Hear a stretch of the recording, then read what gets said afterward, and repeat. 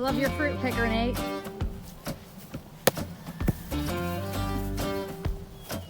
There. Let's see. Oh shoot, they're still black though. Nope. Nope. Okay, here. Oh, here's 4 right here. Hold on. Let me. Yeah. Okay, go ahead. Oh my gosh, Vincent. I got 1. Well, I want all 4. Let me see it.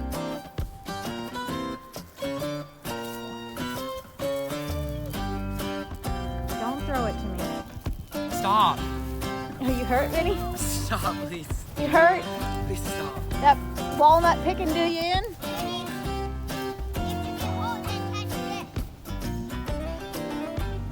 Oh! It almost hit him, Dominic. Don't do that.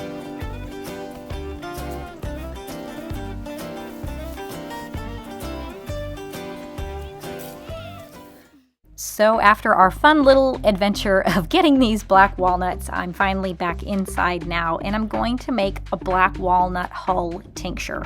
So you can see here that I have tinfoil down and I'm wearing gloves, and these things almost smell citrusy. They're very fresh, and you can see that as I'm taking the hulls off, they're green when I start and they immediately oxidize and turn brown. So what I'll do here is take my quart jar and I'm going to fill it up with those green hulls, and I'll just dispose of the nuts. And then I'm going to top that off with an 80 proof vodka. And I will just put a top on that, and I'll kind of just, flip it every day or so. I'll put it in a dark, cool pantry. After about a month, I will strain off the liquid, and then we will have a black walnut hull tincture.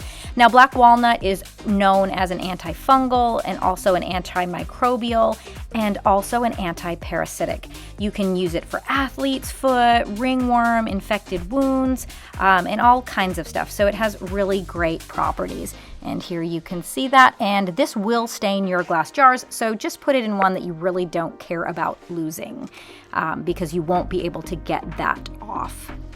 The next tincture that I'm going to make is a lemon balm tincture. Now, if you've never grown this, you're in for quite a treat. It is so lemony and just has a beautiful scent about it. So what I did is basically just chopped up the fresh, clean herbs and stems, or leaves and stems, and I'm putting them in my jar here.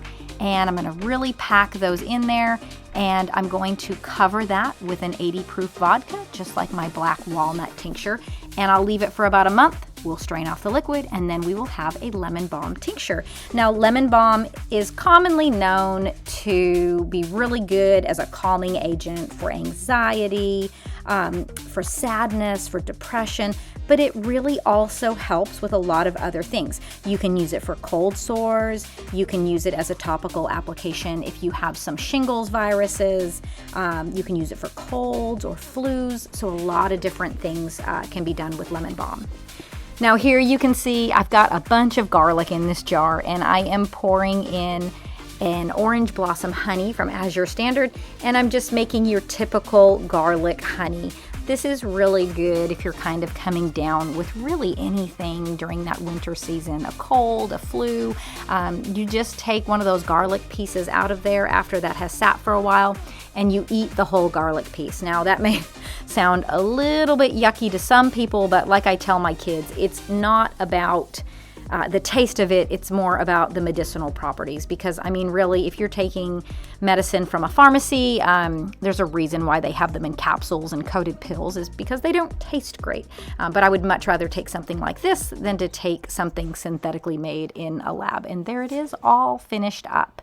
So we'll just let that sit and let the flavors meld. For my last thing that I'm going to be making, I have some bourbon. I have some fresh lemons from my Myers lemon tree, and I have some fresh garlic that I grew in my garden here. And so what I'm doing is just taking a good amount of that ginger and about 2 lemons thinly sliced, and I'm putting those in my mason jar. And I'm going to take a cup of that same orange blossom honey, and I'm going to pour that into my mason jar. Once I get that in there, I am going to top it off with some bourbon.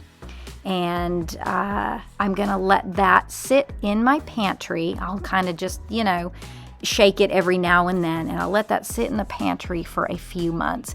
Now when that's all done, I'll strain everything out of it, and I'll just be left with the liquid. And so what you can do is kind of divide the liquid up between 2 quart jars, and you can put a cup of honey into each of those, and then you will have what's known as homesteader's cough syrup. We love to have a bunch of different tinctures and different herbal remedies and kind of homegrown treatments for colds and flus and really anything.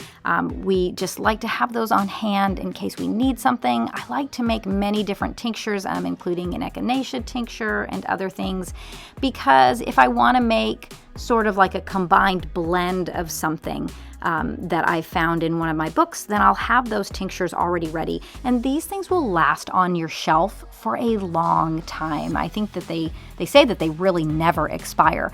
So you can make this and put these tinctures in sort of like a glass dark bottle with a dropper lid. And then anytime you need that, it's available for you.